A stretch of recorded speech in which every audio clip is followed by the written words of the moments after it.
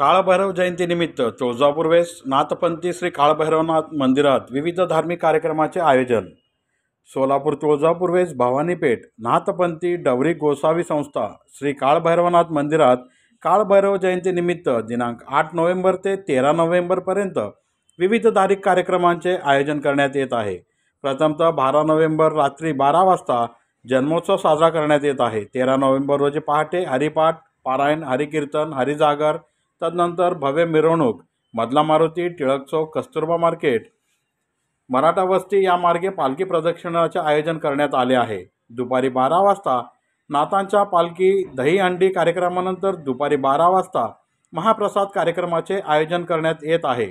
तरी सर्व भाविक भक्तांनी धार्मिक कार्यक्रमाचा व महाप्रसादाचा लाभ घ्यावा असे आवाहन सौदागर देवगर यांनी केले आहे। नमस्कार। आमच्या सर्व काळभैरव भक्तांना प्रथमतः काळभैरव जन्मोत्सवाच्या हार्दिक शुभेच्छा। काळभैरव जयंती उत्सवाच्या निमित्ताने नाथपंथी डवरी गोसावी समाज सोलापूर यांच्या वतीने काळभैरव मंदिर तुळजापूर वेस्ट येथे 8 ते 13 तारखेपर्यंत विविध कार्यक्रमांचे त्या ठिकाणी आयोजन करण्यात आलेलं आहे। त्याच्यामध्ये पहाटे 4 ते 6 काकडा, संध्याकाळी 6 वाजता हरिपाठ, त्यानंतर प्रवचन, त्याच्यानंतर रात्री 8 ते 10 पर्यंत हरिकीर्तन आणि त्याच्यानंतर हरिजागर असा भरगच्च कार्यक्रम त्या ठिकाणी या निमित्तानं ठेवलेले आलेले आहेत। तसंच त्या पद्धतीनं यावर्षी एक नवीन त्या ठिकाणी नाथपंथी समाजाची ओळख समाजाला त्या ठिकाणी व्हावी, सोलापूरवासियांना व्हावी म्हणून त्या ठिकाणी नवनाथांचा त्या ठिकाणी भव्य दिव्य असा देखावा या ठिकाणी यावर्षी समाजाच्या वतीने या ठिकाणी काळभैरव उत्सवाच्या निमित्तानं करण्यात आलेला आहे।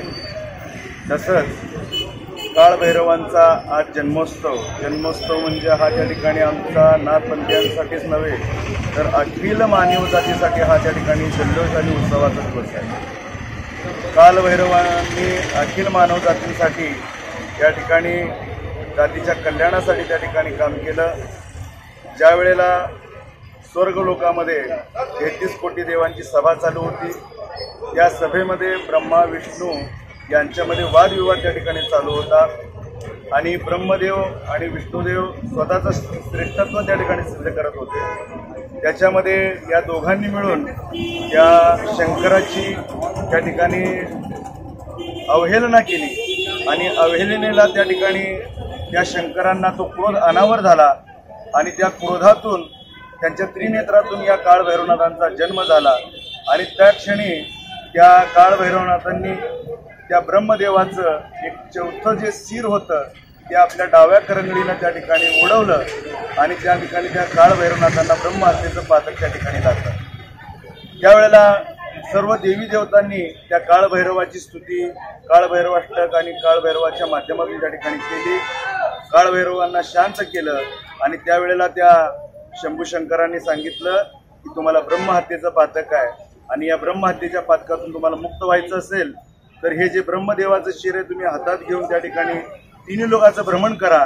आणि भ्रमण करत असताना त्या ठिकाणी ज्या वेळेला हे काळभैरव ते हातात शिर घेऊन काशी क्षेत्राच्या त्या ठिकाणी द्वारावर आले आणि द्वारावर आल्याच्या नंतर त्या ठिकाणी त्यांच्या हातातून ते शिर त्या ठिकाणी पडलं आणि त्या ठिकाणी कपालमोचन नावाचं तीर्थ त्या काशी क्षेत्रामध्ये निर्माण झालं आणि सर्व देवी देवतांनी त्या काशी क्षेत्राचा क्षेत्रपाल म्हणून या काळभैरवाची स्थापना केली आणि आजपासून अनादी काळापर्यंत या काळभैरवाचं क्षेत्रपालत्व त्या ठिकाणी अबाधित आहे। आणि म्हणून त्या ठिकाणी 12व्या शतकामध्ये सिद्धरामेश्वरांनी या सोलापूर नगरीमध्ये 68 लिंगाची स्थापना केली, त्या ठिकाणी अष्टविनायकाची स्थापना केली, अष्टदुर्गेची स्थापना केली, त्याचबरोबर अष्टकालभैरवांची सुद्धा स्थापना केली। हे इतिहास त्या ठिकाणी लोकांना ज्ञात नाही आहे आणि म्हणून त्या ठिकाणी मला सांगावंसं वाटतं आज हे जे काळभैरवनाथांचं तुळजापूर वेशीतलं मंदिर आहे हे साक्षात त्या ठिकाणी परब्रह्म स्वरूप असणारे आपले सिद्धरामेश्वर यांनी स्वहस्ते या काळभैरवाची त्या ठिकाणी स्थापना केलेली आहे। म्हणून याला एक ऐतिहासिक असं महत्त्व या स्थानाला आहे आणि वेशीवरचा हा काळभैरव असल्यामुळं याच्यामध्ये जागृत अवस्था त्या ठिकाणी मोठ्या प्रमाणात आहे आणि सर्वात महत्त्वाचं पूर्वी या ठिकाणी स्मशानभूमीचा परिसर हा होता या ठिकाणी स्मशान भैरव म्हणून या ठिकाणी याची स्थापना असल्यामुळं हा काळ भैरव या ठिकाणी जागृत अवस्थेत आहे. इथं आल्यानंतर भक्तांच्या सर्व मनोकामना त्या ठिकाणी पूर्ण झाल्याशिवाय राहत नाहीत असा हा जागृत काल भैरव आज त्याच्या जयंतीच्या उत्सवाच्या निमित्तानं या ठिकाणी SP न्यूजच्या वतीनं सर्व त्या ठिकाणी रसिक प्रेक्षकांचं व सर्व त्या ठिकाणी आमच्या सोलापूरवासियांना त्या ठिकाणी काळभैरवाच्या वतीनं त्या ठिकाणी आश्वस्त करतो. काळभैरवाचा कृपाशीर्वाद सर्व भक्तांच्या वरती राहो अशी या ठिकाणी प्रार्थना करतो. या ठिकाणी नाथपंथी डवरी गोसावी समाज यांच्या वतीनं हा भव्य दिव्य असा उत्सव या ठिकाणी साजरा होतोय. सर्व भाविक या कार्यक्रमामध्ये सहभागी व्हावं, कार्यक्रमाची शोभा वाढवावी. आज रात्री 12 वाजता नाथांचा जन्मोत्सव त्या ठिकाणी साजरा करण्यात येणार आहे. त्याच्यासाठी तुम्ही त्या ठिकाणी मोठ्या प्रमाणात हजेरी लावावी. उद्या सकाळी 8 वाजता महाप्रसाद, तसेच या ठिकाणी आमच्या समाजातील जे गरजू लोक आहेत, ज्या मुलांचं त्या ठिकाणी खर्च करण्याची ऐपत नाही, त्या मुलांच्यासाठी म्हणून त्या ठिकाणी नाथ दीक्षेचा कार्यक्रम समाजाच्या वतीनं त्या ठिकाणी विनामूल्य आम्ही राबवत आहोत. त्याच पद्धतीनं संध्याकाळी 5 वाजता नाथांचा पालखी उत्सव त्या ठिकाणी निघणार आहे. भव्य दिव्य असा हा पालखी सोहळा असणार आहे. सर्व शहरवासियांनी, जिल्हावासियांनी त्या ठिकाणी त्याच्यामध्ये सहभागी व्हावं. त्याचप्रमाणे नाथ भक्तांनी मोठ्या प्रमाणात सहभागी व्हावं.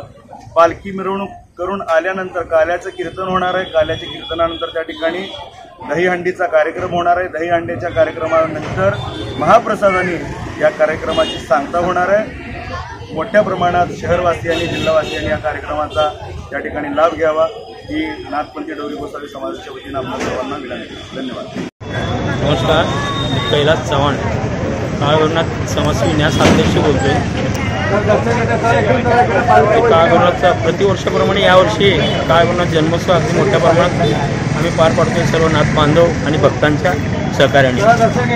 इथं गेली 4-5 दिवस म्हणजे कार्यक्रम, भजन, भारूड, कीर्तन, समाजोपयोगी कार्यक्रम या ठिकाणी आम्ही या उत्सवामध्ये ठेवतोय.